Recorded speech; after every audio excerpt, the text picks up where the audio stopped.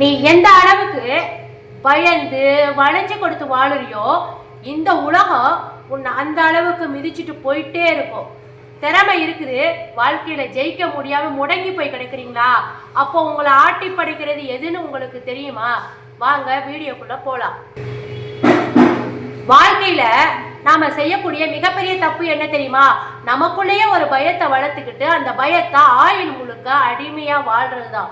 உன்னோட திறமை, உன்னோட கனவு, உன்னோட எதிர்காலம் எல்லாத்தையும் உனக்குள்ளேயே புதைச்சிட்டு வெளியில மட்டும் ஒண்ணுமே நடக்காத மாதிரி ஒரு போலி சிரிப்போட நடமாடுறியே. எப்பவாவது யோசிச்சு பார்த்திருக்கியா ஏன் உன்னால சுதந்திரமா வாழ முடியலன்னு சொல்லிட்டு?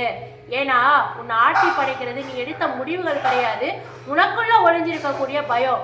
தோத்து போயிடுவோமோ அப்படிங்கிற பயம், கூட இருக்கிறவங்க நம்மளை விட்டுட்டு விலகி போயிடுவாங்களோ அப்படிங்கிற பயம், நாளைக்கு என்ன நடக்குங்கிற பயம், அடுத்தவங்க முன்னாடி அசிங்கப்பட்டுடுவோமோ அப்படிங்கிற பயம். நான் ஒன்றும் பயந்தாங்கொள்ளு இல்லைன்னு உனக்குள்ளேயே நீ பொய் சொல்லியிருக்கலாம். ஆனால் ஒரு புது முயற்சியை நீ தொடங்கும் போது உன்னை பின்னாடி இருக்கிறதே அந்த பயம்தான். பயம் ஒன்றும் உன்னை என்ன பண்ண தெரியுமா? ஒரு முடவனா நடக்க முடியாதவனா மாத்திடும். உன்னுடைய சொந்த திறமையே உன்னை சந்தேகப்பட வைக்கும். இந்த உலகத்தோட கசப்பான உண்மை என்ன தெரியுமா?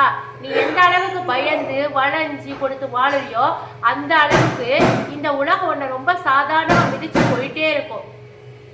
பயங்கிறது வெளியில எங்கேயுமே கிடையாது, அது உன்னோட மனசு உருவாக்குற ஒரு கற்பனை மாயை. நம்ம மனசோட பலவீனமே எப்போதும் எதிர்மறையான விஷயங்களை முதல்ல சிந்திக்கணும். ஜெயிப்போம் அப்படின்னு நினைக்கிறத விட தோத்துட்டா என்ன பண்றது அப்படின்னு நினைக்கும்.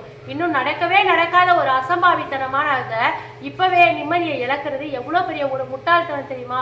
உன் பயத்தோட 80% எங்கேருந்து வருது தெரியுமா? ஊர் உலகம் என்ன நினைக்குமோ அப்படிங்கிற எண்ணத்துல இருந்துதான். உன் கஷ்டத்துல வந்து நிக்காதவங்களுக்காக, உன் சோகத்துல கண்ணீர் சிந்தாதவங்களுக்காக, ஒரு போலி சர்டிபிகேட்டுக்காக உன்னுடைய சுயமரியாதையும் கனவுகளையும் நீ பலி கொடுக்கலாமா? இருக்கிறதே போதும், புதுசா எதுவும் செய்ய வேண்டான்னு ஒரு கூட்டுக்குள்ளேயே அடங்கி போறது அந்த ஆறுதல் மண்டலம் தான் உன்னுடைய திறமைக்கு நீ வெட்டி வச்சிருக்கக்கூடிய கல்லறை. மாபெரும் வீரனாருந்தான் சல்லியன். கொடுத்த வாக்க காப்பாத்தலைனா உலகம் பழிக்குமோ, நற்பெயர் கெட்டு போகுமோ அப்படிங்கிற பயத்தினாலேயே அதர்மத்தின் பக்கத்துல நின்று கர்ணனுக்கு தேரோட்டியா மாறி போனான். போலி நற்பெயருக்காக பயத்தால சொந்த மருமகன்களையே எதிர்நிலைக்கு தள்ளப்பட்டான். சூதாட அழைத்த போது மறுத்ததுனால என்னுடைய வீரத்தை சந்தேகப்படுவாங்களோ, நல்லவன் அப்படிங்கிற என்னுடைய பிம்பம் உடைஞ்சு போயிடுமோ அப்படின்னு பயந்து யுதிஷ்டிரர் வந்து தர்மர் தலையாட்டிட்டாரு. அதனுடைய விளைவு நாட்டையை இழந்து, தம்பியை இழந்து, மனைவியை இழந்து அவமானப்பட வச்சு காட்டுக்கு போக நேரிட்டது.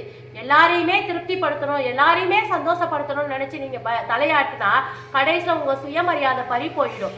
அப்படிங்கிறது உங்களுக்கு எத்தனை பேருக்கு தெரியும்னு எனக்கு தெரியல. பகவத்கீதையில கிருஷ்ணர் வந்து எங்கேயுமே பயந்து வளைஞ்சு வாழ சொல்லல, பயத்தை உடைக்கிறதுக்கு அவர் 4 ரகசியம் சொல்லியிருக்காரு.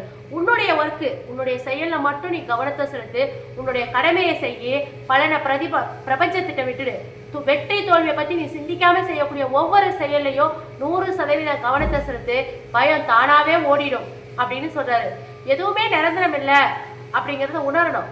இன்னைக்கு உன்னை அச்சுறுத்தக்கூடிய ஒரு கஷ்டமும் தோல்வியும் நிரந்தரம் கிடையாது. இரவுக்கு பின்னாடி பகல் வருவது போல சூழ்நிலைகள் மாறும். உனக்கு இருக்கும் பேராற்றலை நம்பு. உனக்குள்ள என்ன சக்தி இருக்கு? நீ வெறும் சதை பிண்டம் அல்ல, அழியாத பேராற்றல் கொண்டவன். எந்த அவமானத்தாலையும் உன்னை வீழ்த்த முடியாது.